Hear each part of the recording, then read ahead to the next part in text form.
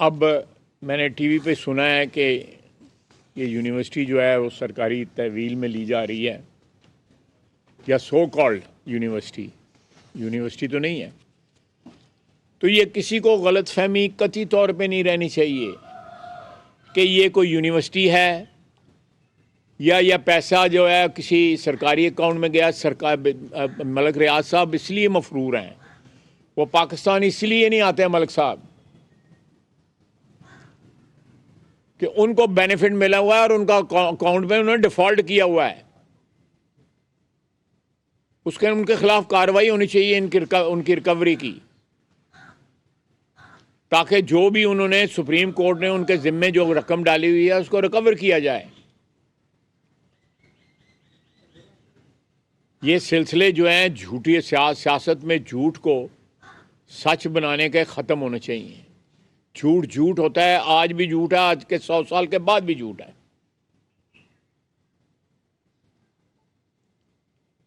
حکمران طبقہ جو ہے جس کو پاکستان کی عوام جو ہے منتخب کر کے بھیجتی ہے یا کسی ذریعے سے وہ حکمران بن جاتے ہیں، تو کیا یہ کافی نہیں ہے کہ اللہ نے عزت دی ہے کہ آپ اقتدار میں پہنچے ہوئے ہیں؟ اس کے بعد آپ چوری چکاری شروع کر دیں، ڈکیتیاں شروع کر دیں، لوگوں کی جیبوں میں ہاتھ ڈالنا شروع کر دیں، جیب کتروں والی حرکتیں کریں، تو یہ سارے ملک کے لیے 25 کروڑ عوام کے لیے جو ہے شرم اور حیا کا مقام ہے. اور بے شمار لوگ جو ان کے ووٹر ہیں،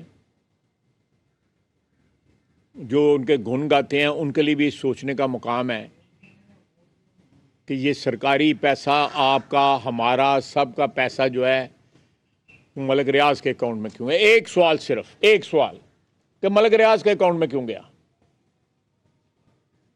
کوئی لمبے چوڑے سوال پوچھنے کی کوشش کا ضرورت نہیں ہے، صرف یہ کہ ملک ریاض کے اکاؤنٹ میں کیوں گیا پیسہ؟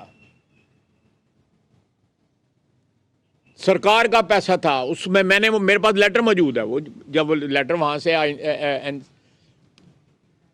ان کو نہیں پتا تھا کہ یہ واردات اس رقم کے ساتھ یہ واردات ہو جانی ہے. میں بار بار آپ میڈیا والوں کو بھی کہوں گا، سب کو کہوں گا، آپ جہاں بھی کہیں بھی کوئی بحث ہوتی ہے اس کو کہیں کہ یہ ملک ریاض کے اکاؤنٹ میں کیوں گیا، یہ سرکاری پیسہ تھا، اور ساتھ بتائیں وہ یونیورسٹی ہے یا نہیں ہے. یونیورسٹی نہیں ہے، قطعی طور پہ نہیں ہے. دو صرف وہاں پہ ڈپارٹمنٹ ہیں اور 300-400 بچہ وہاں پہ پڑھتا ہے. 4 سال ہو گئے ہوئے ہیں اس یونیورسٹی کو چلتے ہوئے، وہ کسی اور یونیورسٹی سے انہوں نے ایفیلیشن لی ہوئی ہے.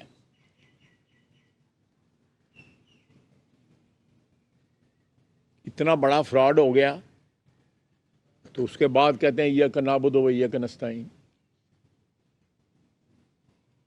مذہب کے نام پہ فراڈ، اقتدار کے نام پہ فراڈ، اور اپنے مخالفین کے ساتھ جو کچھ انہوں نے کیا وہ آپ کے سامنے ہے. میاں نواز شریف اب کہتے ہیں، اب عجیب روتے ہیں کہ ہمیں جیل میں یہ، ہمیں جیل. اس کی مریم نواز کی والدہ فوت ہوگی. میاں نواز شریف کہتا رہا مجھے اپنی بیوی سے میری بات کراؤ، کسی نے کرانے دی؟ یہ کوئی پرانی باتیں نہیں ہیں، یہ 5-6 سال پرانی باتیں ہیں. اس شخص نے جو ظلم کیا ہے پاکستانی عوام کے ساتھ، وہ تو اول ہے کہ ظلم جو ہے پاکستانی عوام کے ساتھ جو اس شخص نے کیا ہے. اور آج بھی بہت سے لوگ اس دھوکے میں مبتلا ہیں کہ یہ کوئی نجات دہندہ ہے. یہ نوسر باز فراڈیا. اور ہمارے لیے 25 کروڑ عوام کے لیے دکھ کی بات ہے کہ ایسے لوگ حکمرانی میں پہنچ جاتے ہیں. یہاں پہ اس ملک میں آئین کی بالادستی ہونی چاہیے. پاکستانی عوام کا جو فیصلہ ہے وہ آخری فیصلہ ہونا چاہیے، اس کا احترام ہونا چاہیے. یہ سلسلہ بند ہونا چاہیے کہ ایسے لوگ جو ہے عمران خان سے ایسے لوگ جو ہے چور دروازے کے ذریعے اقتدار میں آ جاتے ہیں اور اقتدار میں آ کے پھر لوٹ مار شروع کر دیتے ہیں. کوئی بزدار ہوتا ہے، کوئی گوگی ہوتی ہے، کوئی عجیب نام ہے، وہ نام ہی شریفہ والے نہیں ہے گے، نام ہی وارداتیاں والے، گوگا گوگی،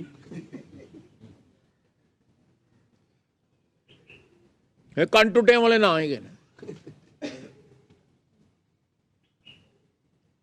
تو میری آپ سے درخواست ہے، پھر آپ یہاں پہ اور بھی میرا خیال آپ کو مصروفیت ہے، کوئی سوال آپ کرنا چاہتے ہیں تو میں حاضر ہوں۔ بھائی صاحب، یہ جو آج کا حساب عدالت کا فیصلہ آیا ہے، اس کے بعد یہ جو ایک ڈائلاگ کا سلسلہ شروع ہوا تھا، یہ کنٹینیو رہے گا یا کہ یہ ختم ہو جائے گا؟ اور اس کے ساتھ ساتھ میں دوسرا یہ بھی ساتھ جڑنا چاہتا ہوں کہ آیا یہ ممکن ہے کہ ڈیورنگ ڈائلاگ کسی ایگزیکٹو آرڈر کے لیے ان کی جو سزا ہے اس میں کوئی رد و بدل کیا جائے گا؟ پہلی تو بات ہے کہ ایگزیکٹو آرڈر وغیرہ کوئی ایشو نہیں ہونا، یہ ان کی ڈیمانڈ ہے پی ٹی آئی کی، مذاکرات میں ان کی ڈیمانڈ ہے کہ ایگزیکٹو آرڈر کے تحت جو ہے قیدی جو ہے رہا کیے جائیں، لیکن یہ نہیں ہوگا۔ ان کو عدالتوں نے سزا دی ہوئی ہیں، عدالتیں ان کو ریلیف دے سکتی ہیں اگر ریلیف بنتی ہے تو۔ ایک تو یہ ہو گیا۔ دوسری آپ نے مذاکرات کی بات کی ہے، مذاکرات کے سلسلے میں بڑا بدنام ہوں، تو میں زیادہ بدنام نہیں ہونا چاہتا۔ اس سوال کسی مذاکرات ہے، کسی اور کو پوچھ لیجیے۔ مریم نواز اور آپ پر خاص طور پر پی ٹی اے والے الزام لگاتے ہیں کہ آپ مذاکرات نہیں ہونے دینا چاہتے، اس میں کیا سبب ہے؟ میں کو ڈکیا کسی نے؟ مجھے مذاکراتی ٹیم میں بشمول رانا ثناء اللہ صاحب کے، محترم کے اعظم نذیر تاڑ صاحب بھی میرا خیال ہے اس ٹیم کا حصہ ہیں، اسپیکر صاحب حصہ ہیں، کوئی بتا دے کہ میں نے ان کو مذاکرات سے منع کیا ہو یا کسی پارٹی میٹنگ میں مذاکرات کی جو ہے مخالفت کی ہو۔ میں صرف یہ کہتا ہوں، یہ چوروں ڈکیتوں سے مذاکرات جو ہے نا، ان سے اگر کچھ نکل سکتا ہے، پہلا برآمدگی تے پاؤ نکلو۔ آپ ان لوگوں سے مذاکرات کر رہے ہیں، ٹھیک ہے، سیاسی قوتوں میں سب سے بڑا حامی ہوں سیاسی قوتوں میں مذاکرات کا، بلکہ میں تو بار بار کہتا ہوں کہ یہ مذاکرات جو ہیں ان کا پھیلاؤ کریں، ان کو اور بھی جو ادارے جو ہیں اور بھی قوتیں جو ہیں پاکستان میں، ان کو بھی بیچ میں لے کے آئیں، تاکہ ایک ہی دفعہ جو ہے تمام امراض کا جو ہے وہ حل نکل آئے، بجائے اس کے کوئی اس نکرے مذاکرات کرتا ہے، کوئی اس مکرے، کوئی مذاکرات ملاقات کرتا ہے اس کے بعد مکر جاتا ہے کہ میری ملاقات ہی نہیں ہوئی۔ یہ کل پرسوں ہی کہا ہے نا انہوں نے کہ میری کوئی ملاقات، بعد میں پتہ لگ گیا جی ملاقات ہوئی تھی۔ کوئی ملاقات کرتا ہے تو سلام دعا ہوئی نہیں، ملاقات وہ بڑا لمبی سٹوری سنا دینا ہے، میری یہ بھی گل ہوئی ہے، میری یہ بھی گل ہوئی، زیب داستان کے لیے بڑھا دیتے ہیں۔ تو یہ میں انہوں نے خود کہا ہے پی ٹی آئی والوں نے کہ جی کہ مذاکرات کا فیصلے کا مذاکرات پہ کوئی اثر نہیں پڑے گا۔ اللہ کرے مذاکرات جو ہے خلوص کے ساتھ جو ہے اپنے ذاتی اغراض کے لیے، اس ملک کے لیے، اس ملک کی عوام کے لیے، اس ملک کے انٹرسٹ کے لیے مذاکرات کریں، تاکہ ملک میں جو حالات ٹھیک ہو رہے ہیں ان میں روڑے اٹکا رہے ہیں، ان کے خلاف جو ہے باہر جو ان کے لوگ بیٹھے ہوئے ہیں پروپیگنڈا کرتے ہیں، آپ کے یہاں پہ مہنگائی نیچے آ رہی ہے، آپ کے قرضے کم ہو رہے ہیں، مہنگائی جو ہے وہ 37-38 سے جو ہے 4 پہ 3-4 پہ آ گئی ہے، آپ کی ریمیٹنس جو ہے آپ نے سول نافرمانی لوگوں کو کہا تھا کہ گھر پیسے نہ بھیجو، تو کیا حال ہوا ہے؟ 4 بلین ڈالر جو ہے زیادہ آیا ہے۔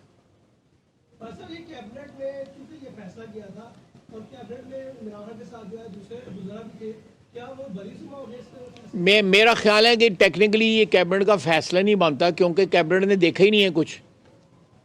میں ٹیکنیکل بات کر رہا ہوں، کیبنٹ کو بتایا گیا ان کچھ جو ہے ایسے ہی منٹ کر لیا گیا کہ جی اپروول ہو گئی ہے۔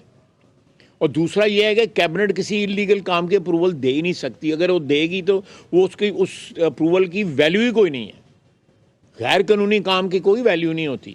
کوئی کیبنٹ چھوڑ کے کوئی بھی جو ہے اتھارٹی جو ہے اگر اس کو انڈورس کرتی ہے اس کی کوئی ویلیو نہیں ہے۔ صاحب جتنی بھی کرپشن ہوئی ہے، فرق گوگی کا ہر جگہ پہ نام آیا ہے، آیا آنے والے دنوں میں فرق گوگی کو بھی گرفتار کر کے لایا جا سکتا ہے؟ لانا چاہیے، بنتا تو ہے کہ مال مسروقہ جو ہے اسے برآمد کیا جائے۔ یہ سارے کا بزار صاحب کو بھی پوچھنا چاہیے، وہ چپ چپیتے کہاں ٹر گیا گا، وہ پتہ ہی نہیں لگ رہا ہے وہ کتنے ٹر گیا گا، مال نکرے لا کے تو کہاں ٹر گیا گا۔